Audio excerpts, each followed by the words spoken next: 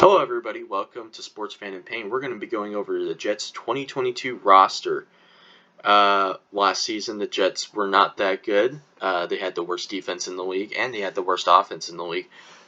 Partially due, at least on the offensive side of the ball, that was partially due to Zach Wilson having a very underwhelming rookie campaign. But that wasn't it. You can't blame it all on the quarterback. It's a team sport, and this whole team just, I don't want to say underperformed because they didn't have that much expectations, but I mean, a lot of times they didn't even look good at it on the field. So, in a way, I would say they have underperformed. Moving on to quarterbacks, because we're going to talk about quarterbacks first. Zach Wilson. Zach Wilson, he was drafted out of BYU, second overall pick. He drastically underperformed, like I said. He had a 55 completion percentage for 2,334 yards, 6.1 yards on average. He scored 9 TDs to 11 interceptions for your passing game. He also rushed for 4 TDs. So if you combine those two, he had a positive TD to interception ratio, but that doesn't make you feel any better about it. For a passer, you would want a positive passing TD to interception ratio at least, and he didn't do it. He had probably his best game, I would say, was the Tennessee game. Where they barely beat Tennessee, but he had an amazing game, especially throwing to Corey Davis. His worst game that season would have probably been the first Patriots game where he threw 4 interceptions, and I can't remember if he got benched or not, but it was not a pretty game. He shows a lot of improvement, especially later on in the season. He showed, I wouldn't say that made him good. He was still having a lot of the same problems, but he did show some improvement. Some of his problems, though, that I really noticed throughout the season with him was he would scramble out of a clean pocket. He would hold on to the ball for an extreme amount of time, and he would always be looking for the deep ball instead of looking at his checkdowns. And hey, I don't want a check down machine in my quarterbacks, but you have to accept that sometimes you do have to throw checkdowns, and he had a really hard time using those options. Moving on to the rest of the QB depth chart. Next would be Joe Flacco. And Joe Flacco in 2020 showed that he could still be a starting quarterback, but I don't know if he could still be even a backup in 2022. He is getting very old, but I think he could still throw. I think he's got the experience, and he's going to be a good mentor for Zach Wilson. So he's probably going to be your backup. And then the third string guy, who is very close to Joe Flacco. I mean, it's a very close. I mean, you could say either one really could be the second string guy. Is Mike White. Mike White had, coming in for Zach Wilson, that first game against the Patriots when he had to come in, he did not look good. But that next game against the Bengals, he threw for 4 touchdowns and 2 interceptions. He had an amazing game. I mean, that gave the whole Jets fan base life until they were demolished the next game after that by the Colts, even though Mike White was actually injured. He threw a touchdown pass and he got injured. So, I think it's a very good depth chart, at least for the QB wise. Nothing really to complain about there. I hope Zach Wilson takes his next step like he should. Next, we're going on to running backs. And the first one we're going to talk about is Michael Carter. Michael Carter was drafted out of UNC. And he wasn't even supposed to be a starter this season. At least at first, Tevin Coleman was the starter. But Tevin Coleman got injured, and he was asked to be the starter, which is kind of ironic because he wasn't even the starter at UNC. He was the backup. He was a 4th-round pick. And so he was asked to step out of his comfort zone, and he really stepped up last season. I mean, he had 147 carries for 639 yards, 4.3 yards per carry for 4 touchdowns. He really stepped up and showed that he can be maybe not a starting running back, but a really good productive back in this league. Next, we go on to the guy I just talked about being injured, Tevin Coleman, who also had a very good season. He had 84 carries for 356 yards and 4.2 yards. I mean, that, for a guy who a lot of people were worried about his production, he did good. He did very good. He had no touchdowns, though. So far, no problem with this depth chart. Looks real good. The next guy that we have, though, is the guy I really want to talk about. The guy they drafted out of Iowa State, Breece Hall. This guy had two 1,000-yard seasons with Iowa State before he was drafted by the New York Jets in the second round. He is gonna. I think he's gonna compete for Rookie of the Year. You're probably gonna have Michael Carter be your third down back, and this guy be your workhorse for first and second down back. I don't want to call him a power back. He's more of a hybrid back in the sense that he can definitely plow people, but he still has that maneuverability that you see and you love to see. I got no problems with him. I'm super excited to watch him play. I think he's going to be great. And then the last guy you guys that we have that I always want to talk about for the running back depth chart is Ty Johnson. And Ty Johnson was asked to do more than he was probably ever expecting to last season. He had 61 carries for 238 yards, 3.9 yards per carry, and 2 touchdowns. And he wasn't even so much a running back in the sense most of the time he caught passes. And he was very good at catching passes, except for the times he wasn't. But for the most part, he was a very good reception back, and that's probably why they're going to keep him on this roster. There's other guys like Michael P. Ryan, and I think he's probably going to get cut. I don't think they're going to choose him over Ty Johnson. He did not have the season you were exactly hoping for. So, yeah, that's your running back right there. Those are your running backs. And then we go to tight end. And here comes your free agency acquisitions for the New York Jets. CJ Uzomah is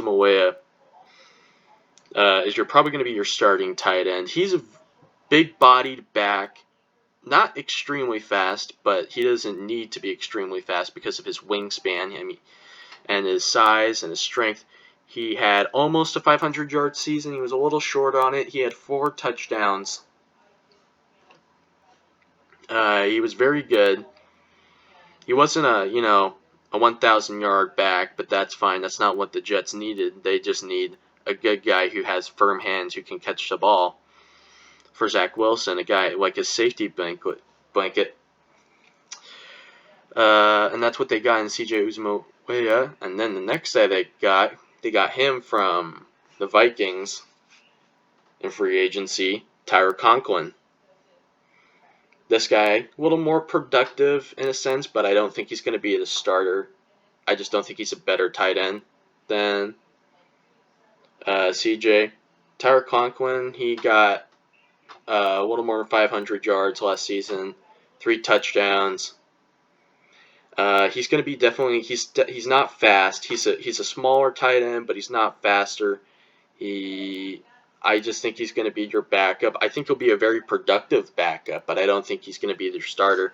And then the next guy they drafted, Jeremy Ruckert out of Ohio State. Jeremy Ruckert was not really used. He was more of a blocking tight end. He wasn't used in the passing game. But I think from what we did see from him in the passing game, he could be very good in the passing game. The only other guy I want to talk about for the tight ends is Kenny Yeboah, undrafted free agent for the Jets last year.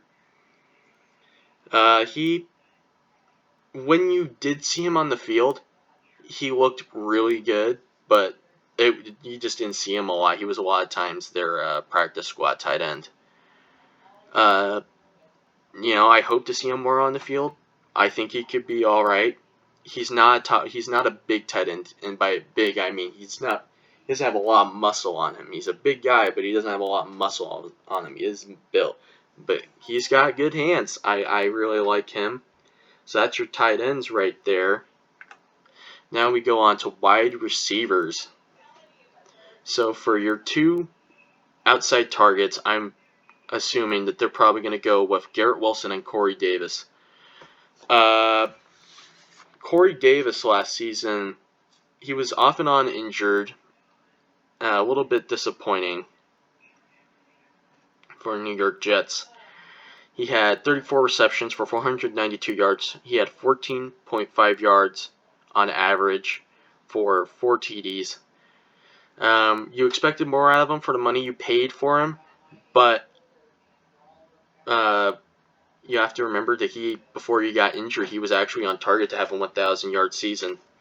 So I'm excited for him, especially now that you have Garrett Wilson to try to take the pressure off of Corey Davis, because that's when he actually performed best, was when he was the second wide receiver with the Tennessee Titans and A.J. Brown. But I think he has a lot of potential to at least maybe have a 900-yard season this year.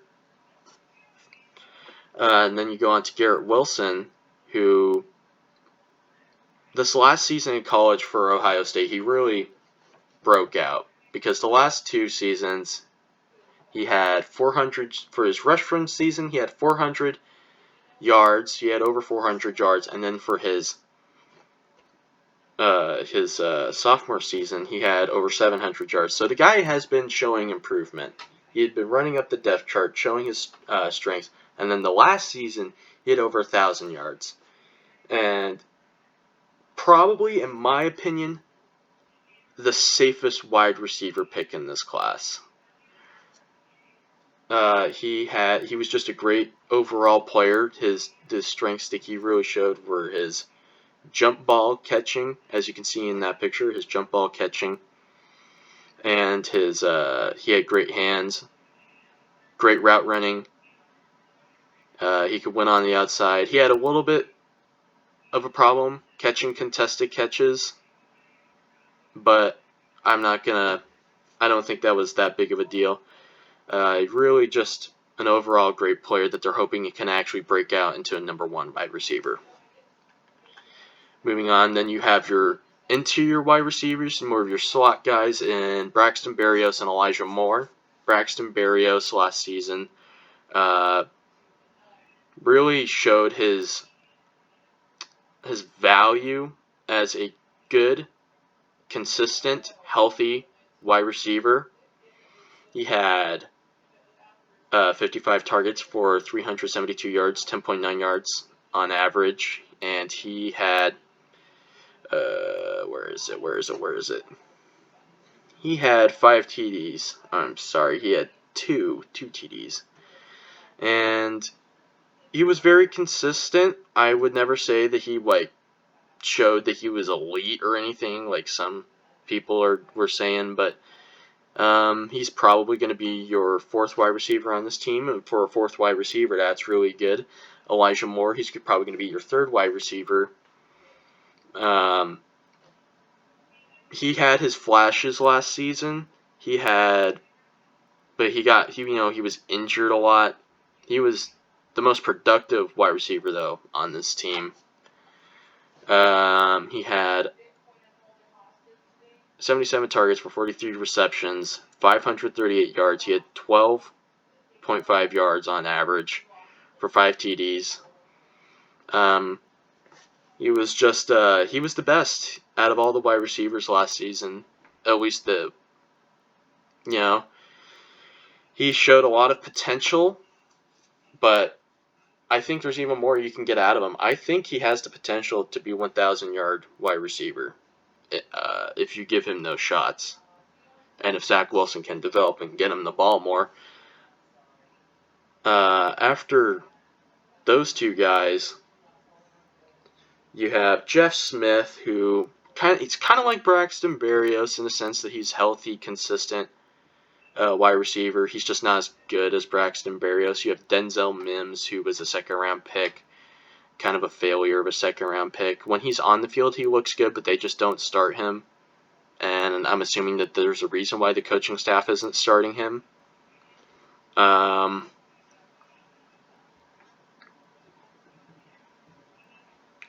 After that, I mean, there's not a whole lot there to talk about. You have Jackson Calvin, rookie. There's not a whole lot out of him. Really, the rest of this wide receiver depth, it's kind of front loaded in a sense, but as long as you don't have to deal with that many injuries, you should be fine. Moving on to offensive line, we're going to talk about George Fant, who's probably going to be your left tackle after Mekhi Becton has weight problems, health problems. George Fant really, I don't want to say broke out, but he's shown to be a really good, consistent left tackle. He was originally drafted by Seattle. They even used him as a tight end sometimes, which is kind of wild. He was probably, the sad part is he was probably last season Zach Wilson's best pass protector out of that entire offensive line. But a good, consistent face on that offensive line. You really like to have him. After that, you have Connor McDermott, who is a veteran tackle that you're probably, most teams would probably love to have. He's shown that he can fit in at a tackle position and be a good tackle, but he's not. He'll give up plays. He has problems with feet. He's not very quick. He has a lot of skill, but you definitely don't want to start him if you have other options. Then you have Edoga Chuma, and the dude's been injured. He was supposed to be a starting tackle, but he just hasn't shown it. Not a whole lot there to talk about him. Going on to our next position, we have Elijah Vera Tucker. He's probably going to be your left guard. From all indications, he's probably going to be the left guard. It's the position he played last year. He had a lot of problems, especially early on, with pass protection. He was a really good run blocker, but he had a lot of problems with pass protection. He was giving up a lot of big plays. Later on, he became a little bit more consistent. You're hoping he takes that next step for a first-round pick that you traded up to get. I think he has the potential to be a really good guard in this league. He has problems with his hands, but with good coaching, that should be fixed. After that, you have not a whole lot. You have Sama Drew, and I don't even know what to say about him besides blah. Blah, blah, blah. Didn't really show much in San Francisco. Not a whole lot to talk about besides you really hope that Elijah Vera Tucker doesn't get injured. And even if he does, Sam Drew probably wouldn't be the guy to go in. It'll be another guy that I would talk about later. Moving on to the next position, you have center Connor McGovern, who has, besides George Fant, because those two I think they got to the team at the same time, has been your longest tenured offensive lineman. And his contract is a wee bit big. He got overpaid a little bit. They moved him from guard to center, and he hasn't been exactly the same player. He's not been what they were hoping he was going to be when they moved him to center, which was a good, consistent center. He's good. I don't want to say he's bad, because he brings consistent center play, and he's been all right. But he hasn't been. They didn't expect elite play out of him, but they expected, I guess, really good center play, and he didn't give that to him. So a little bit of a contract bust in a sense, but it's still a decent center who has shown to be a really good leader and a really good blanket for Zach Wilson so far.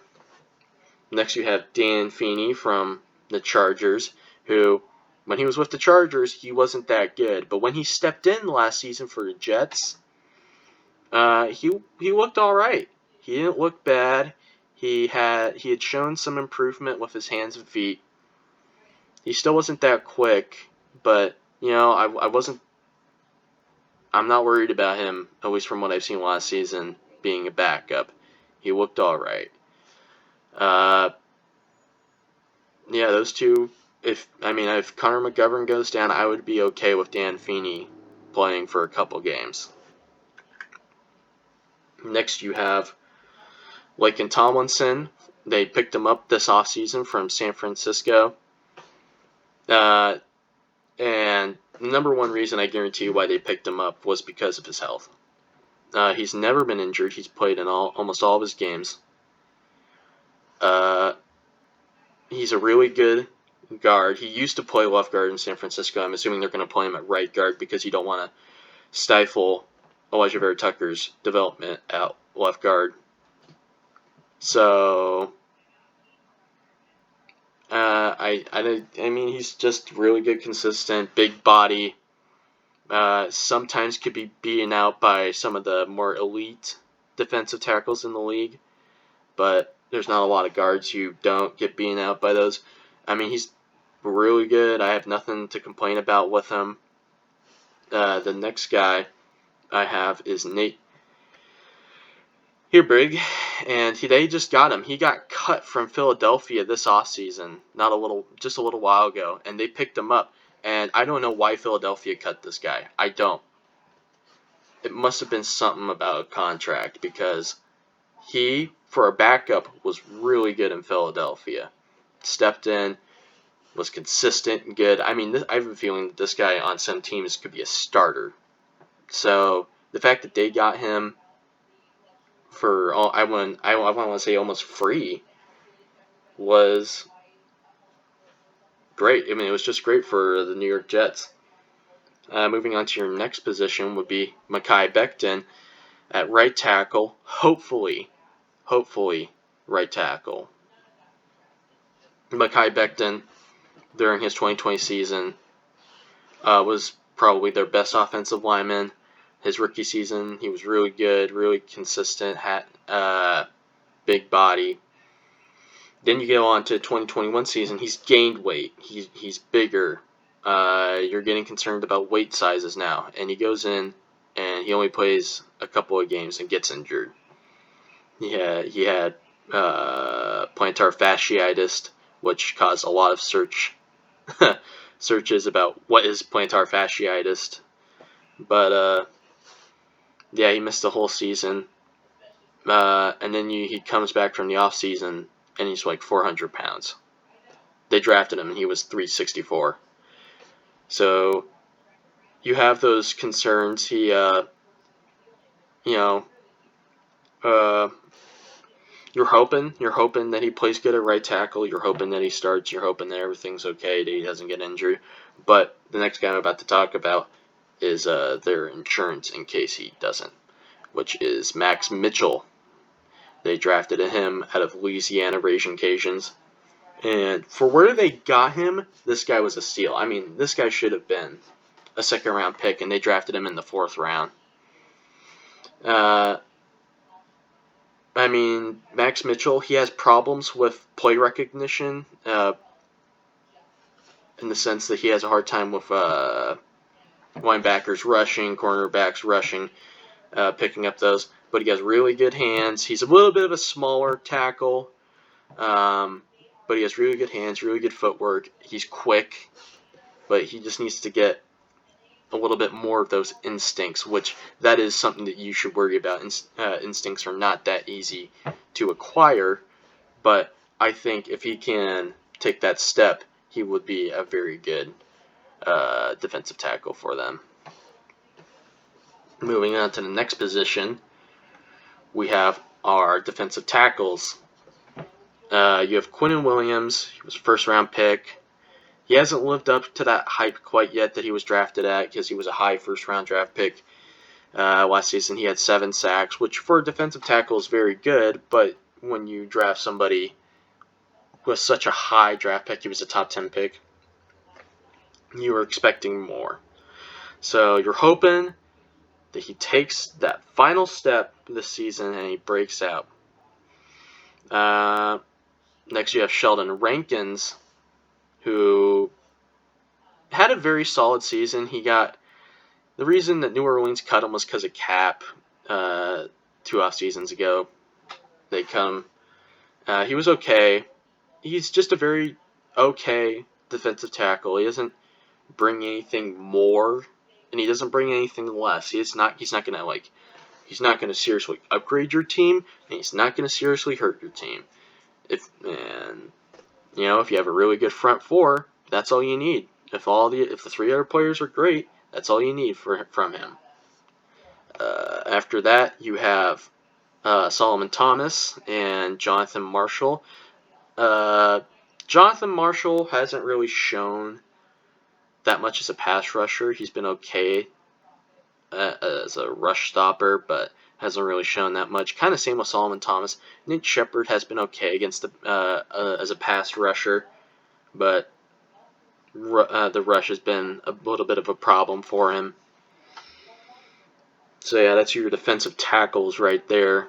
Moving on to the edge, you have Carl Lawson, and this is a guy you're hoping gets healthy. They had signed him last season to a huge contract, and then in preseason he gets injured, and it seems like he's still kind of dealing with that during training camp. So you're hoping that he starts. You have a decent edge depth chart, so you're not banking on it, but you're really hoping that he's okay and that he can start and be productive. Besides that, you have John Franklin Myers, who had an okay season last year. He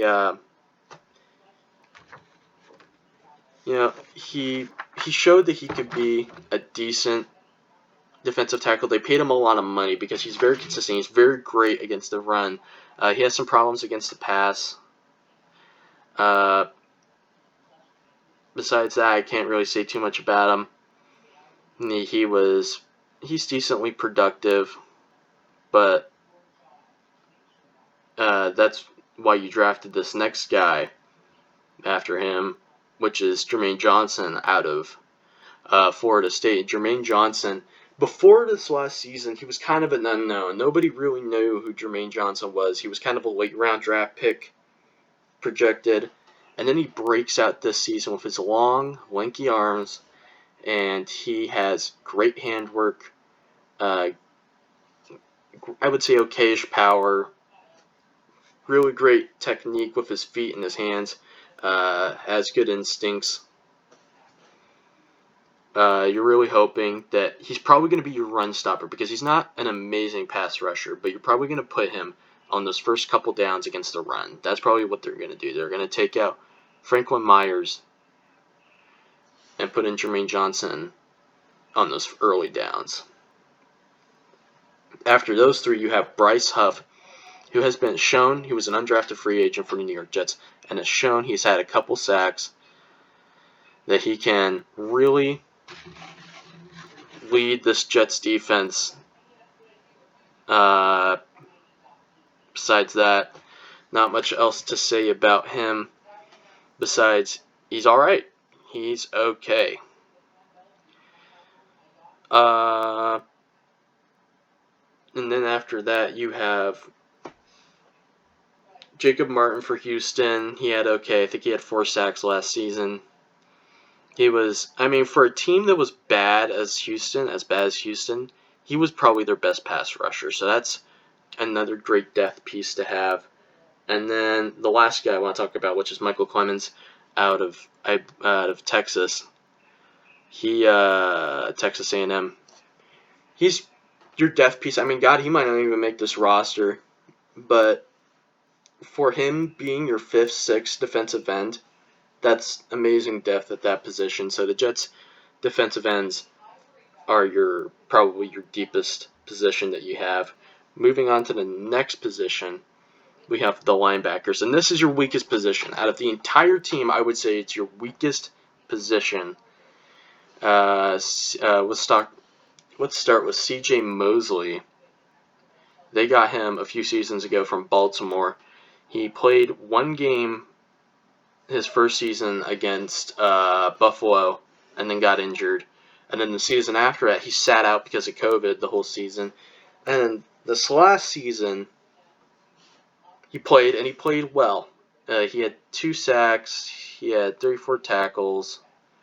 He showed a lot of potential, I would say, to be. I mean, he was a great middle linebacker. Nothing more. I mean, he wasn't elite, but he was good. He was very good. He showed a lot of instincts. He was great against the run. He was okay against the pass. His pass blocking could be okay. It could be improved, but his run defense was amazing. Moving on to the next guy would be Quincy Williams. Quincy Williams, they picked up, I believe, mid-season, and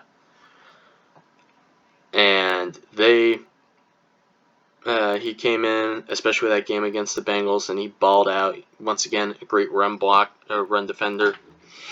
He not so great against the pass. He's a big dude, same as his brother Quinnen. Not much else to say about him. He's slow. He's very slow. So if you're asking him to go across the field and get a block,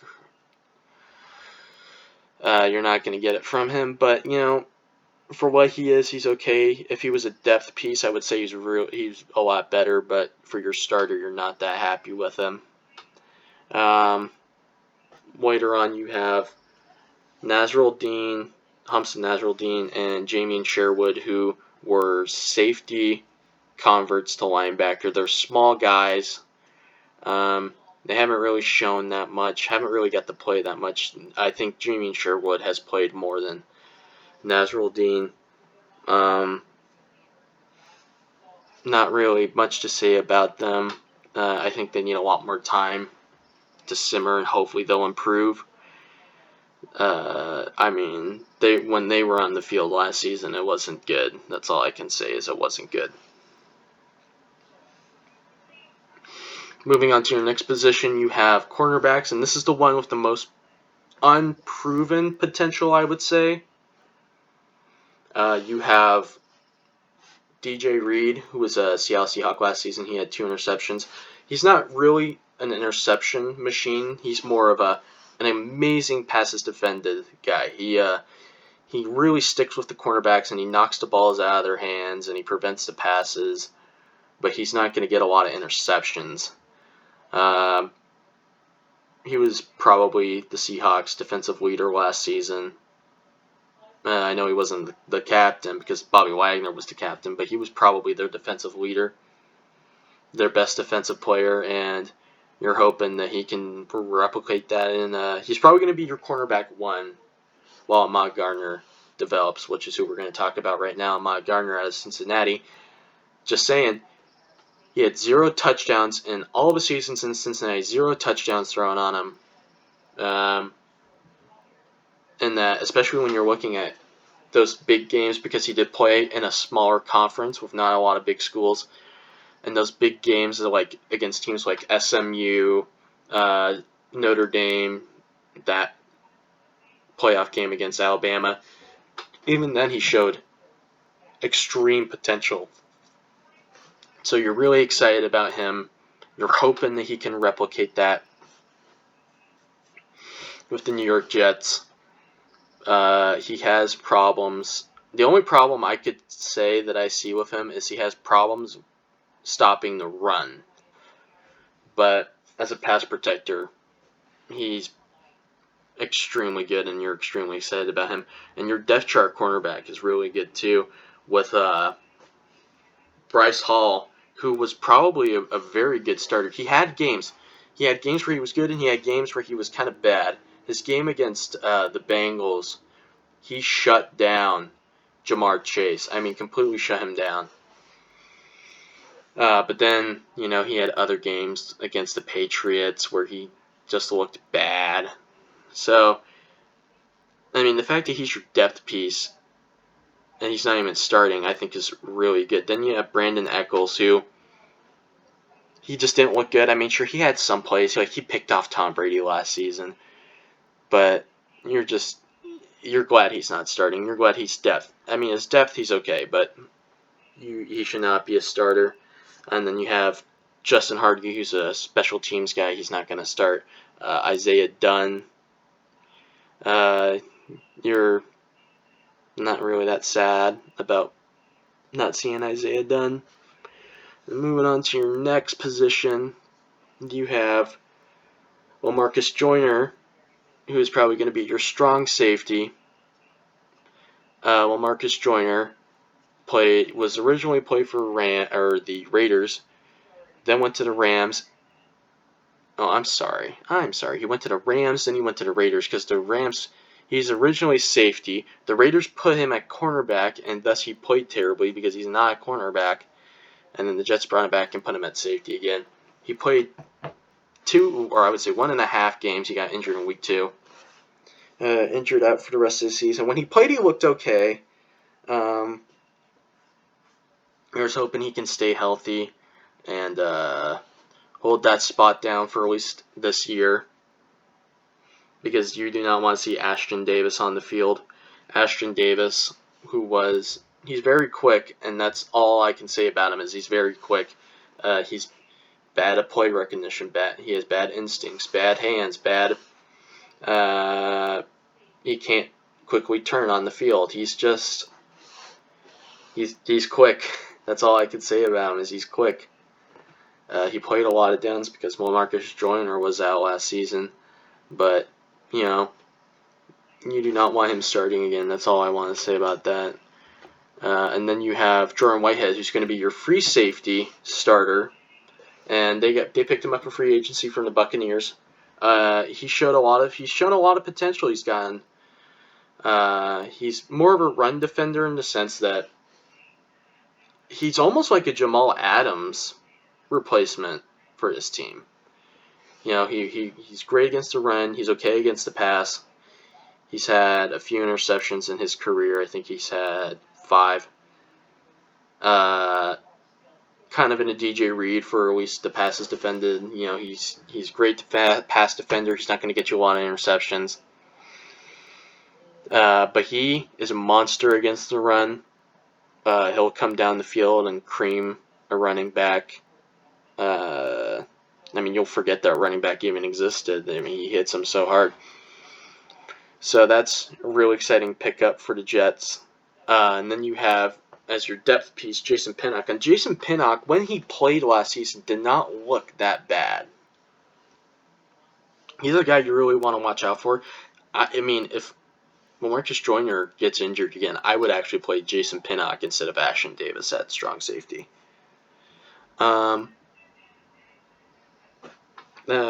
He looked really good. He had, I think, 1 interception last season. He had a lot of passes defended.